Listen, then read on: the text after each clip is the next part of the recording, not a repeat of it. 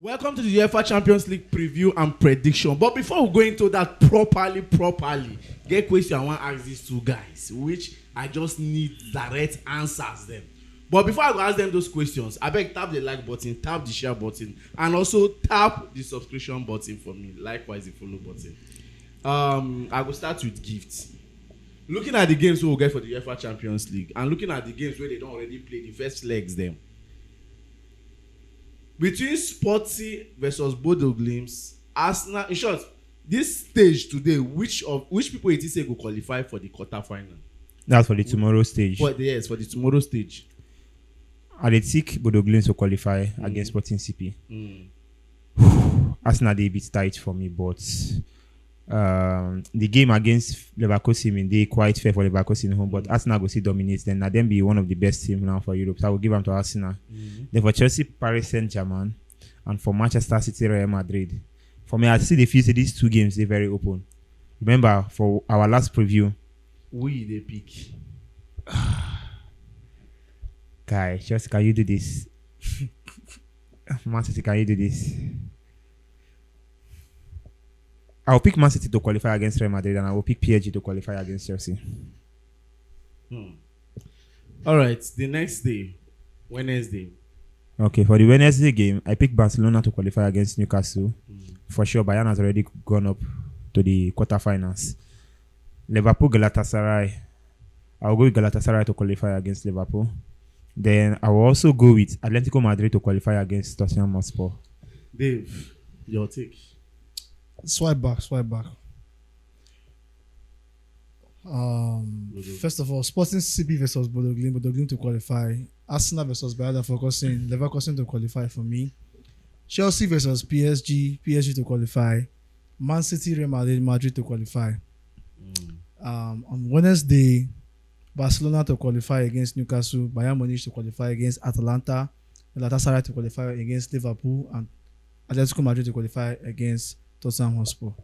All right, that's a very good one. Let's go straight to the match preview for the UEFA Champions League. We are going to be starting with Chelsea versus PSG. On a say come back, go fit happen. Can Chelsea surprise us? Can Chelsea remind me of 2012 where we came back or where we come back against Napoli from 3-1 in Italy and they came to London and we balanced the equation with 4-1. Do you think Chelsea can? Your name is Yahweh. Your name is Yahweh. What's the next part? You are the miracle working. I don't think it needs a miracle for Chelsea to come back PSG. The truth is that what does it take to score 3 goals in the first half?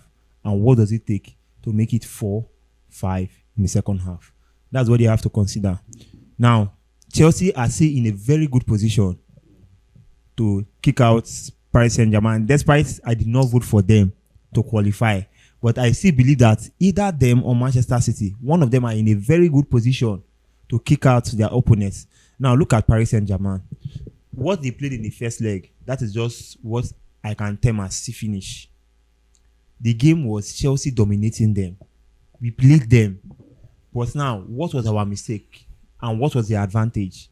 The advantage was that when they had the chance, it was always on the goalpost. And what was your mistake? When you had the chance, you did not create enough and you could not even convert your chances to goal. So how do you work on that? We already saw our limitations during the first leg. Now, how do you fight beyond these our limitations? For sure, PSG are not even playing anything special. For me, I feel that if they meet Arsenal or even possibly Liverpool or Galatasaray, any of these clubs can even be a big problem to them. Even Barcelona. The only issue I'm having now is who is playing the right wing, number one, should learn how to mark Kvaratskhelia.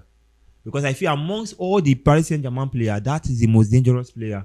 Once you're able to hold down Kvaratskhelia, I think you are able to deny them from scoring you about 1-2 goals alone. Then the chances you have Play Palmer in his rightful position. See, this game is just simple. Play Palmer in his rightful position. Let him play as a natural 10. I don't know, since they play Palmer as wing, the guy just a dribble. I don't want to overemphasize on this, but just play him in his rightful position. If Neto will be available, Garnacho will be available, just play everybody in their right position. You don't have to play exactly what Manesca played. At least you are seeing some level of improvement in the player called Garnacho. Just play everybody in their right position. And let the creative prowess be high. I think that's all for me. So all this way you talking now.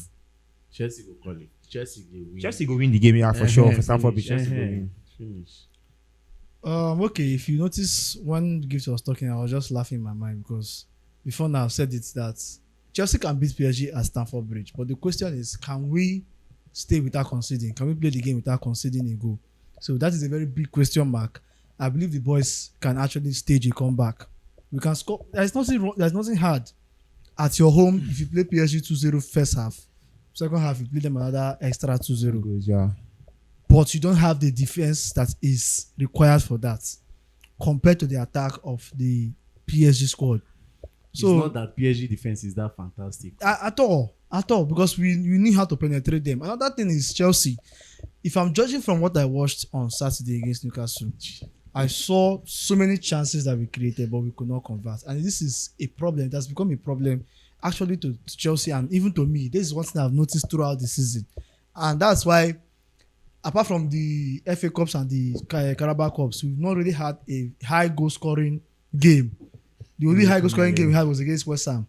Yeah, 5-1. Yes, 5-1. And Ajax. And Ajax possibly. And these are small teams as are then. So, can we score early goals? These are questions. Scoring early goals and then being hungry for more. Not a situation whereby, let's say we score in the 15th minute, for example, and then the typical Chelsea, you start relaxing. You start playing the ball around and you're forgetting that there is something at stake. That's something at stake. They always come in 90 minutes plus. You go see safe. Look at that Newcastle match. From the 90th minute, what did you observe? Chelsea were pressing. We almost even scored courtesy of Rhys James' free kick that hits the bar.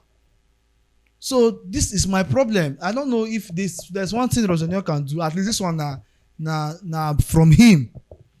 He should instill in the boys a sense of urgency. Let me tell you one thing. This type of game, it don't be. Yeah. One thing we should understand is that we need to attack. It's not a defending game. I'm sorry to say it. It can't be a balanced game. Exactly. When you are down by 3 goals and you are still seeking to qualify. So it's something that way you just do, okay, make we just do what we go fit do. If we come back, we come back. If we lose, we lose. If they come out us, they come out us. The fact say we go in with attack. Make Chalobah and Fofana know their place. Of course, but even when they did their normal place, even when Chelsea they play balanced and defensive football, they score them. So that is where my issue has always been. But anyhow, after 90 minutes for me, I no go talk much. I no talk much. Chelsea go win. Chelsea no be people wey go just put all your hope on, because the more you try put hope on Chelsea, the more they throw away the hope for ground. All right, Sporting CP Bodo Glimt and Sporting CP home already. Bodo Glimt don wire them 3-0 for their home. So Sporting, bye. I'm looking for a way to support Bodo against. That is if Arsenal qualify, because I don't believe Arsenal can qualify over Leverkusen. Leverkusen, yeah. But if they do, I would like to look forward to Bodo playing Arsenal. But Bodo, congratulations, they've done really well. It will be an interesting game. You cannot just write off Sporting CP like that at their home ground. No, but this one I write them off. I've written them off. Now so give write off Tottenham against Liverpool. Abi? No, I don't write off Tottenham against Liverpool. No lie. Come on, Now get Atletico. come on, yeah. Now tough na self. Wey even talk say for preview. Say Liverpool don win. Liverpool don. Where I dey try tell you say. Tottenham feel. Say wetin they even talk again. Say But Tottenham see guy, man tell you, but I don't kind of Tottenham talk up. Tottenham see they useless guy. You know, see Tottenham stand every chance to win that game for the 9 minutes. Shamu not talk about Tottenham. They for me, Sporting CP is coming back in this game. Coming back to here. Home. They are coming back home. They are coming back home. They're already at their home, Sha. They will just remain there at once. All right. Arsenal by Leverkusen. The most interesting game for me, I feel. I'm expecting Arsenal, another upset. You know, Mr. Peter said something about the first upset. Yeah. I'm still seeing another one coming up. But I don't think the upset will happen in Arsenal. Okay. I don't think. See, Arsenal. Kai, you watch Arsenal Everton. It's the same Leverkusen that held Bayern to See. draw. When you're talking about Arsenal Everton, don't sound as if Arsenal really played anything special against Everton. If you watch that game very well, you know that But they won. That is what makes it a big team. Now, this is the same It's thing. not about But whether you Arsenal play is not well or not, but you Leverkusen. win. Arsenal is not Leverkusen. If you watch the first leg against Arsenal Leverkusen, you saw how difficult it was if it was for Arsenal to even penetrate the defense of Leverkusen. And aside from that, one thing that really killed Leverkusen in the first leg was because their attack was very weak in the sense that they were not fast. Leverkusen had several opportunities to counter-attack Arsenal. But most times when they are with the ball on run, you just find them slow down. I don't know whether I get any chance where they put for You have to talk about the penalty because that, to me, till now, I still don't see Exactly.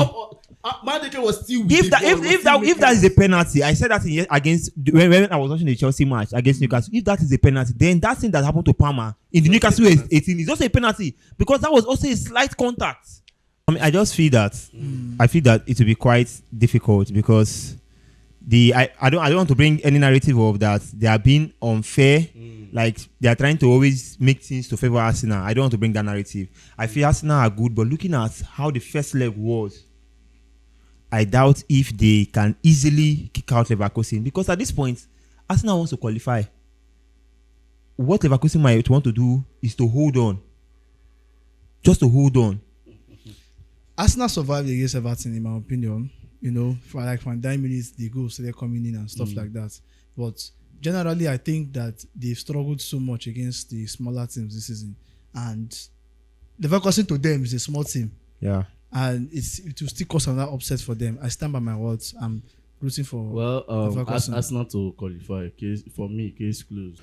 All right. Up next, Man City versus Real Madrid. Another interesting game. Now, one game where I not go like miss be that. In short, I don't know why I believe in the Man City game than the Chelsea game. I believe say Man City still come back against Real Madrid. But when it comes to Champions League, when you want to sing that song and when you want to put respect for team, we go respect Real Madrid when it comes to Champions League. Real Madrid is a different team altogether when it comes to Champions League football. But anyhow, I still root for Real Madrid to qualify, even though I know Man City go win them. Apart from that, Mbappe is fit for that match. We have a very shitty Donnarumma this season. Man City's defense is not strong. Haaland has not been active. So tell me, where does this comeback want to come from? In my opinion, Madrid is qualifying ahead of Man City. I'm even seeing Madrid winning Man City again at Etihad Stadium. Yeah, that's one thing I always believe, that if Madrid wins Man City in either, like in the first leg of a game, the second leg tends to be still Madrid to win, or they end up drawing the game. But I don't know why I'm still having this inner feeling that Man City will cause an upset against Real Madrid. I don't know where it's coming from, but I just believe. I don't know what Guardiola is up to. I don't know if they will use this game to pick a massive form that can even cause a problem for Arsenal in terms of winning the Premier League title. But no, I'm just saying from my own perception. Yes. I'm just saying from my own perception. I know beside the Premier League, I'm not saying Arsenal don't already they be the 90% possibility team to win the Premier League. But talking about this one, I don't know, but I'm seeing a big upset, and that upset depends on the number of goals that Man City can deliver in the first half. Anything that makes Man City scores Madrid 2 goals in the first half, I'm sorry, Madrid is out of the competition. I go with Manchester City to win. I go with Madrid.